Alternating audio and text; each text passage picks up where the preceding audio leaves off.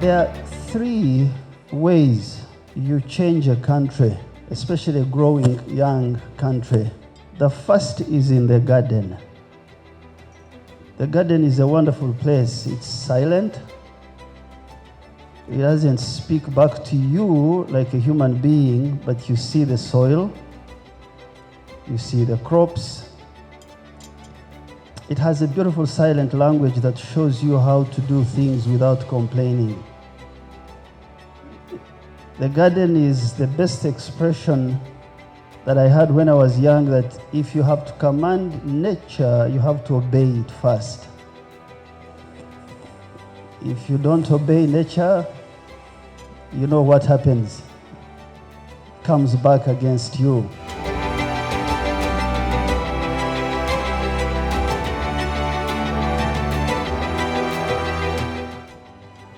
So the garden is a beautiful place where a farmer who feeds us and helps us with exports spends their time, where often the elite don't think so much about when they wake up, in our jobs, in our cars, in our business. But that garden, if it is adulterated, if it is hurt, if it is harmed by lack of care, by abuse of chemicals, by poor knowledge, by absenteeism of people who know what to do, you don't grow. So you want to grow a country, a garden is a good place, because you transition from a garden upstream to midstream, which is processing, which is manufacturing, which is value addition. And then you can go further downstream to the market. Without the garden, I can't be in the market. The second place you change a country is called a classroom. A classroom. Some of you have listened to me before. I like history. Sometimes people think, oh, Africa or Uganda is just now with cars and MTN and all the things we see today. We were people very knowledgeable on how you teach a young person before the physical classrooms came. So when you hear the president speak about emyoga or talent or talanta are things that we learned by sitting at the foot of a good parent who taught you how to do backcloth, taught you how to behave, taught you how to do smelting.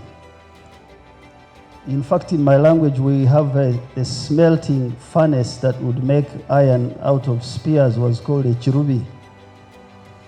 The chirubi is where you sat and learned how to fashion items for fighting. But classrooms have been modernized now, so we have teachers, and therefore teachers and classrooms and labs. So in my opinion, the second way to change a country is to focus on that classroom and how you raise young people who are knowledgeable on what to do with skill sets that help a country to change, that actually help you to transform the garden and make it more productive. The third way that I know, just reminded there when I was seated, is parenting, is the home. It's the home. The home is where we impart the things that lead to growth, to a certain ethic. There's a country called Japan.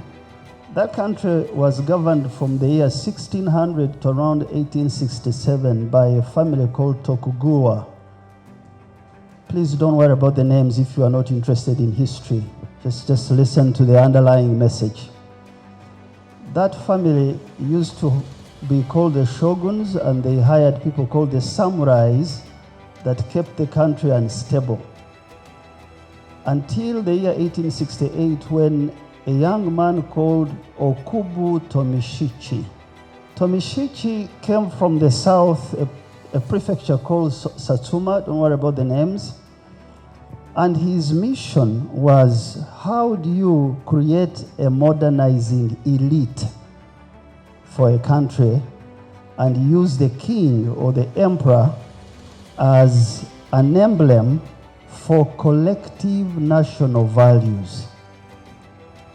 And then he began to borrow technology from Germany, from England, and led to the start of the first factories in textiles, the first factories in steel and iron, but he based it on the family and citizens adopting a particular responsible behavior that you carry to classroom and to the garden before you leave your home. If you've watched some of the matches with the Japanese, those of you who like soccer, when the match is finished, they are probably the only people who stay behind to make sure there are no bottles, no garbage left in the stadium, while other people just go off and happy if they have won. Take a look at how some of the Japanese fans there celebrated that big win. Cleaning up? They cleaned up the stadium. It is a classy post-match tradition carried out at several major tournaments. Fans walking up and down the rooms, making sure all of the garbage has been picked up. So the family, I'm sure you must be wondering, why is Odrek taking us through all this? This is not agriculture, but really agriculture is about who we are. It's how we behave if we have to make our country different.